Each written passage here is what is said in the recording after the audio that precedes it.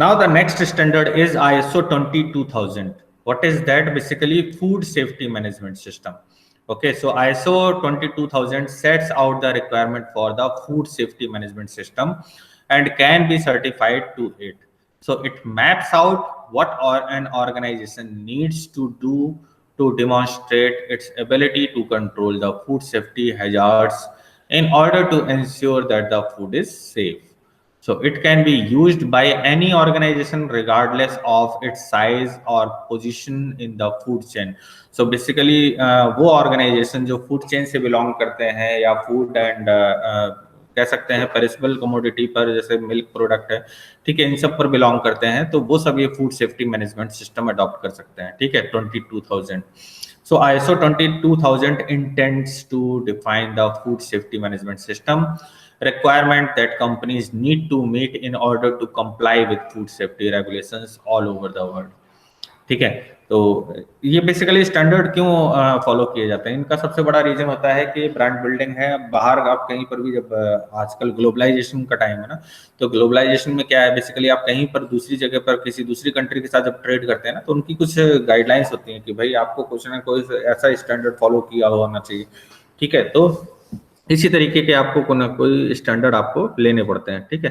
तो ISO 22000 basically क्या है कि फूड सेफ्टी से रिलेटेड है कि जो आपका फूड है जो कंज्यूम किया जाएगा उससे उसकी पेरिसेबिलिटी, जैसे अभी आजकल देखिए तो मिठाई की दुकानों पर भी बोल दिया गया है ना कि आपको वहां पर लिखना है, मेंशन करना है कि ये कब तक आप यूज कर सकते हैं, ठीक है। तो पहले होता था कि जो लूज स्वीट्स वगैरह देते थे वो लोग नहीं लिखते थे, अभी आगे रेगुलेट कर दिया जाएगा, इसको अप्लाई कर दिया जाएगा, तो वो कहीं ना कहीं कह सकते हैं कि जो सिस्टम है उसको और ज्यादा इम्प्रूव किया जा रहा है कंज्यूमर के लिए, ठीक है। तो what is that? The food safety management. So ISO 22000 2005 takes a food chain approach to food safety, and it defines a set of general food safety management requirement that apply not only to food producers and manufacturers but to all the organizations that participate in the food supply chain.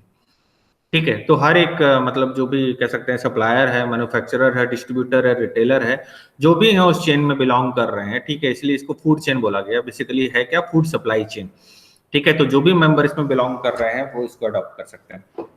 Benefits of ISO 22000 includes ensuring safe food, reducing food borne disease. Food borne disease क्या होता है? अब देखिए आप, जैसे कोई perishable product है और वो खराब होने वाला है और उस समय आपने उसको जो है कंज्यूम कर लिया, तो मे भी हो सकता है कि उससे रिलेटेड कुछ डिसीज हो जाए, ठीक है, उसकी प्रोसेस से रिलेटेड कुछ डिसीज हो सकती हैं, ठीक है। अभी जैसे देखिए जब दूध को पॉस्चराइज किया जाता है, मिल्क को, तो उसमें विटामिन ए और डी उसका कम हो जाता है, ठीक है। वैसे और भी एलिमेंट कम होते हैं, ठीक है, लेकिन जनरली क्या है कि ए और डी को फिर 45 करके आपको दिया जाता है, ठीक है। तो बेसिकली क्या है कि reducing the food borne disease, है ना, और उसमें कुछ पेरिसेबिलिटी, फंगस और या कुछ इस तरीके की चीजें अगर लग जाती हैं तो उससे भी कुछ इश्यूज हो सकते हैं, कुछ बीमारियां हो सकती हैं। तो reducing the food borne disease, तो इसलिए क्या किया गया, एक सेफ्टी स्टैंडर्ड क्रिएट कर दिया गया। Better quality and safer job in the food industry, ठीक है, क्वालिटी को इंश्योर करना, जॉब सेव करना, ठीक है, in the food industry. Better utilisation of resources, ठीक है, more efficient validation and documentation of techniques.